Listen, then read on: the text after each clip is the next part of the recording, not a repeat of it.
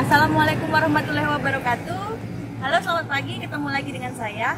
Pada video kali ini kita akan membahas bagaimana 206 tulang pada tubuh kita bersinergis dengan bantuan otot bisa menyebabkan kita bergerak bebas.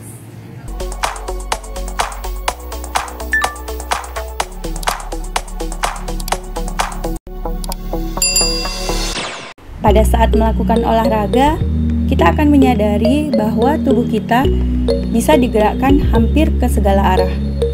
Orang-orang yang sering melakukan yoga atau senam lantai, tubuhnya jauh lebih lentur lagi. Dan yang lebih mencengangkan, ada sekelompok orang yang disebut dengan kontorsionis. Mereka ini memiliki kelenturan tubuh yang luar biasa.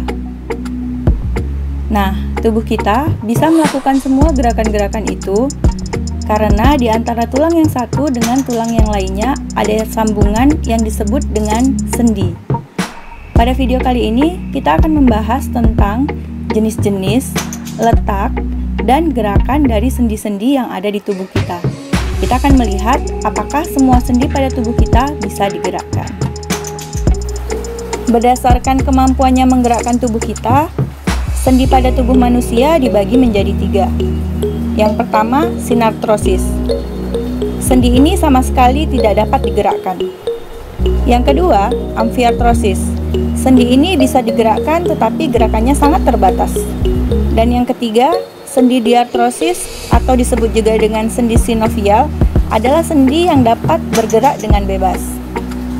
1. Sinartrosis. Berdasarkan jaringan penyusunnya, sinartrosis dibedakan menjadi 2. Yang pertama, sinartrosis dan fibrosis, yang dihubungkan oleh jaringan ikat fibrosa. Contohnya terdapat pada hubungan antara tulang-tulang penyusun tengkorak kepala, atau disebut juga dengan sutura. Yang kedua, sinartrosis sinkondrosis, yang dihubungkan oleh tulang rawan hialin. Contohnya terdapat pada hubungan antara tulang dada dengan tulang rusuk. 2. Amfiartrosis. Sendi ini dapat digerakkan, akan tetapi gerakannya sangat terbatas. Misalnya saja sambungan antara ruas-ruas pada tulang belakang kita.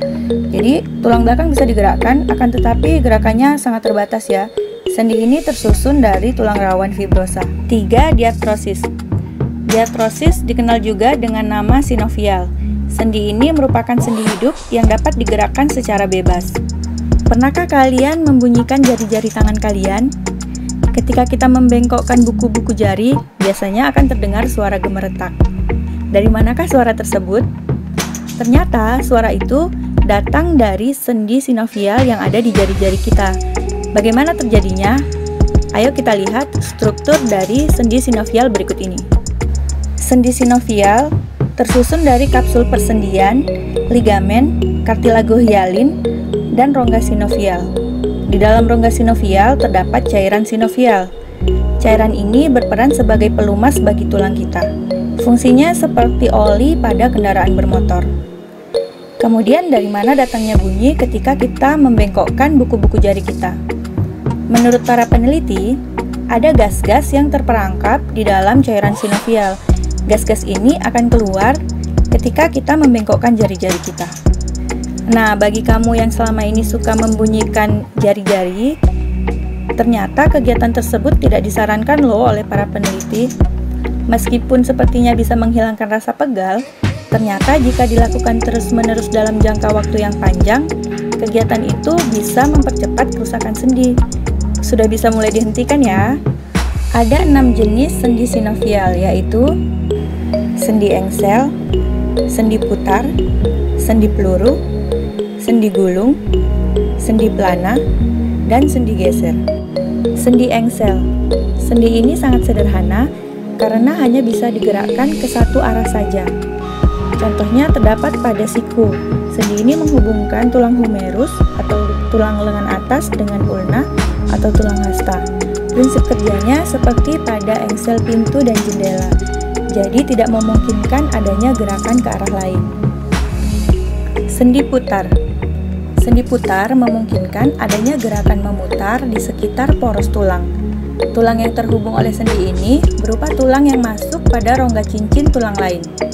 Contoh sendi ini adalah sendi yang menghubungkan tulang leher pertama dan tulang leher kedua. Sendi ini memungkinkan kepala bergerak. Sendi peluru. Sendi ini merupakan sendi yang paling bebas melakukan gerakan dibandingkan dengan sendi-sendi lainnya. Pertemuan tulang yang berbentuk seperti bola dengan tulang yang berbentuk seperti cawan memungkinkan sendi ini bergerak ke segala arah. Sendi ini terdapat pada sambungan antara paha atas dengan panggul dan antara lengan atas dengan bahu. Sendi gulung. Sendi ini bentuknya mirip dengan sendi peluru. Hanya saja jika pada sendi peluru bentuk tulangnya bola, di sini sedikit lonjong atau elips. Dengan keberadaan sendi ini memungkinkan gerakan ke banyak arah, seperti membengkok atau fleksi, meluruskan atau ekstensi, gerakan menjauhi tubuh atau medial, dan gerakan mendekati tubuh atau lateral. Contoh dari persendian ini terdapat pada ujung telapak tangan dengan jari-jari tangan. Sendi pelana. Sendi ini bentuknya mirip seperti pelana kuda. Sendi ini bisa digerakkan kedua arah. Contohnya adalah sendi yang menghubungkan antara tulang pergelangan tangan dengan tulang dari ibu jari. Mari kita contohkan ya. Yang terakhir, sendi geser. Sendi ini merupakan pertemuan antara dua tulang yang sama-sama berbentuk datar. Jadi memungkinkan adanya sedikit gerakan bergeser ke kanan dan ke kiri atau memutar. Contoh sendi ini itu terletak pada tulang-tulang di telapak tangan dan tulang-tulang di telapak kaki. Juga sambungan di antara tulang klavikula dan skapula. Demikianlah pembelajaran kita tentang sendi. Semoga bermanfaat untuk kita semua. Sampai ketemu lagi pada video berikutnya. Assalamualaikum warahmatullahi wabarakatuh.